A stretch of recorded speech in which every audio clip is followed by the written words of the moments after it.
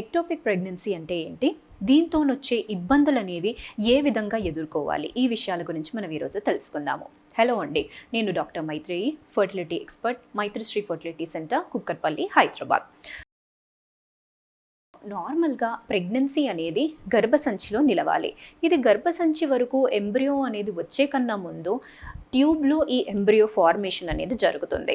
అంటే ఇప్పుడు అండాశయం నుంచి అండం అనేది విడుదల అయిన తర్వాత ట్యూబ్ అనేది దాన్ని క్యాచ్ చేసుకోవాలి.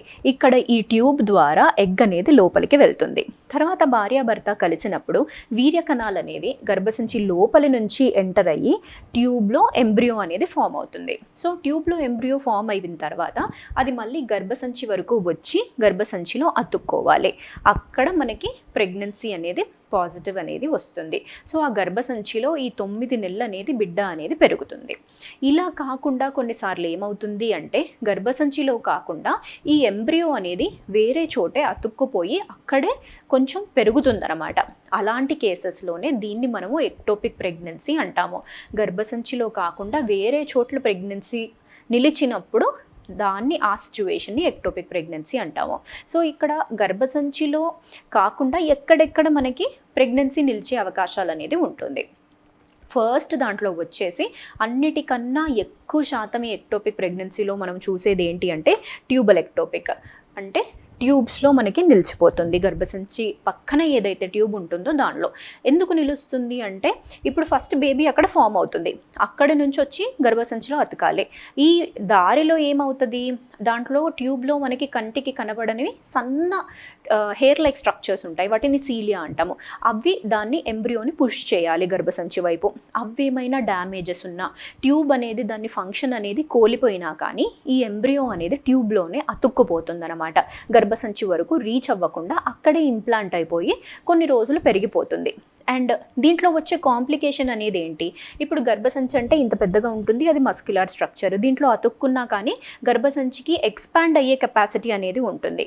కానీ ట్యూబ్లో మనము అటువంటి సిచ్యువేషన్ అనేది చూడము. ట్యూబ్ అనేది ఒక సన్న స్ట్రక్చర్, దాంట్లో ప్రెగ్నెన్సీ అతుక్కుపోయింది అంటే అది ఎక్కువ మటుకు ఎక్స్పాండ్ అనేది అవ్వదు. సో ఎక్స్పాండ్ అవ్వని సిచ్యువేషన్లో ఏమవుతుంది, ట్యూబ్ అనేది బర్స్ట్ అయిపోతుంది. సో ట్యూబల్ ఎక్టోపిక్స్లో రప్చర్స్ అనేవి మనము ఎక్కువగా చూస్తుంటాం అన్నమాట.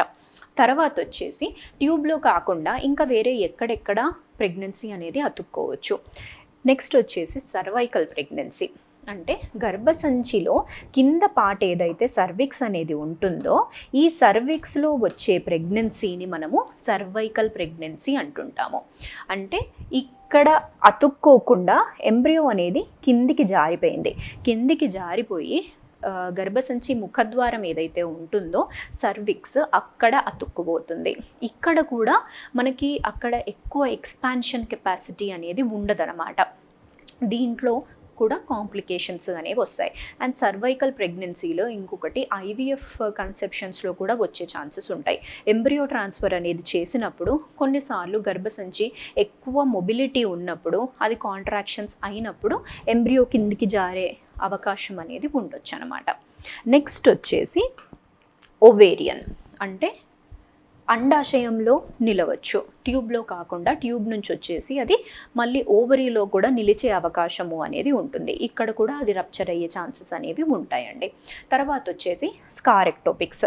అంటే ఇప్పుడు previous history of caesarean section, అంటే ముందు డెలివరీ సెక్షన్ ద్వారా అయ్యింది అంటే తర్వాత మళ్ళీ ఆ స్కార్లో కూడా ఎక్టోపిక్స్ వచ్చే ఛాన్సెస్ అనేవి ఉంటాయి. గర్భసంచిలో ఏదైతే మనము కట్ చేసి బేబీని అనేది డెలివరీ చేస్తామో ఆ స్కార్లో కూడా ఇంప్లాంట్ అయ్యే ఛాన్సెస్ అనేవి ఉంటాయి అన్నమాట. ఇలా మనకి వేరియస్ పొజిషన్స్లో ప్రెగ్నెన్సీ అనేది రావచ్చు. తర్వాత వచ్చేసి ఇంకొకటి అబ్డోమెన్.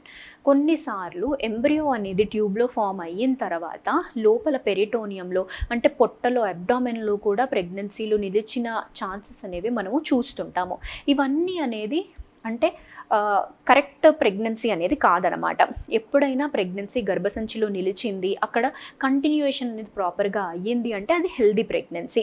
వేరే ఎక్కడైనా మనకి ప్రెగ్నెన్సీ వచ్చినా కానీ అవి ఫర్దర్గా కంటిన్యూ అవ్వడం అనేది చాలా డిఫికల్ట్. రప్చర్ అన్నా అవుతుంది, లేదు అంటే వేరే కాంప్లికేషన్స్ అన్నా కానీ అవుతుంటాయి అన్నమాట. సో ఇలాంటి ప్రెగ్నెన్సీలు అనేవి నెక్స్ట్ ఎలా డిటెక్ట్ చేయాలి, సో ఫస్ట్ వచ్చేసి మనం ప్రెగ్నెన్సీ పాజిటివ్ వచ్చినప్పుడు వీళ్ళ ఏ టైప్ ఆఫ్ ప్రెగ్నెన్సీలోనన్నా కానీ బీటా హెచ్సిజీ అన్న యూరిన్ ప్రెగ్నెన్సీ టెస్ట్ అన్న పాజిటివే వస్తుంది. తర్వాత నెక్స్ట్ ఏం అవ్వాలి? బీటా హెచ్సిజీ టెస్ట్ అనేది మనం చేసినప్పుడు హెల్దీ ప్రెగ్నెన్సీ, యూట్రస్లో నిలిచే ప్రెగ్నెన్సీ అంటే ఎవ్రీ 48 అవర్స్కి ఆ బీటా హెచ్సిజీ వాల్యూ అనేది అట్లీస్ట్ మోర్ దాన్ 60% రైజ్ అన్నా కానీ అవ్వాలి. ఇలా కాకుండా రైజ్ అవుతుంది, బీటా హెచ్సిజీ వాల్యూ అనేది రైజ్ అవుతుంది, బట్ లెస్ దాన్ 60% అవుతుందంటే అప్పుడు ఎక్టోపిక్ ప్రెగ్నెన్సీ అన్నట్టుగా మనము డౌట్ పడాలి.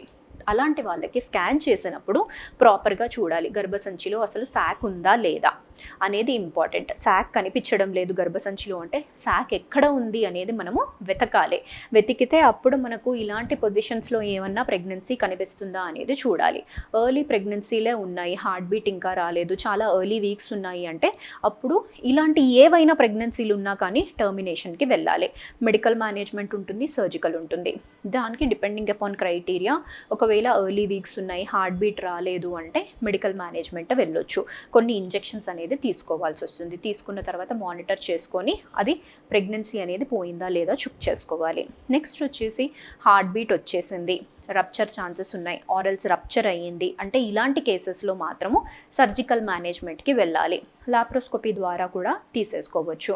లాప్రోస్కోపీ ద్వారా వెళ్ళి ఒకవేళ ట్యూబ్లో ఉండి రప్చర్ ఏమన్నా అయింది అంటే ట్యూబ్ తీసేయాల్సిన అవసరం ఏమైనా ఉందా అనేది మనము చూసుకోవాలి. కొన్నిసార్లు ట్యూబల్ అబార్షన్ అవుతుంది, అంటే ట్యూబ్లో నుంచి ఆ శాక్ అనేది బయటికి జారిపోయి అబార్ట్ అయిపోతుంది.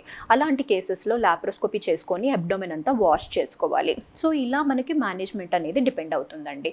సో ప్రెగ్నెన్సీ అనేది వచ్చింది అంటే చాలామంది అంటే అందరూ జనరల్గా చాలా హ్యాపీ ఫీల్ అవుతారు, అదొక మోస్ట్ ప్రెషియస్ మూమెంట్. బట్ అది దాంట్లో ఏ విధంగా కంటిన్యూ అవుతుంది, హెల్దీ ప్రెగ్నెన్సీ అయినా లేదా అనేది మనము డాక్టర్ దగ్గరికి వెళ్ళి చూయించుకోవాల్సిన అవసరం అనేది ఉంటుంది.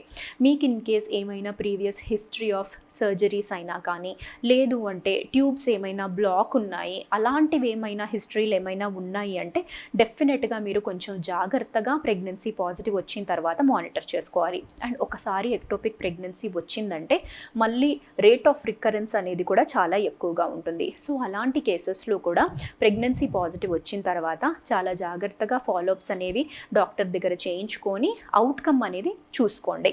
ఇన్ కేస్ హెల్దీ ప్రెగ్నెన్సీ ఉంది, బాగుంది అంటే ఎటువంటి టెన్షన్ అనేది లేదు. ఒకవేళ ఏమైనా ఎక్టోపిక్ వచ్చింది అంటే మాత్రము అప్పుడు అలాంటి కేసెస్లో మేనేజ్మెంట్ అనేది ఎర్లీగా చేసుకుంటే బెటర్గా ఉంటుందండి. Thank you.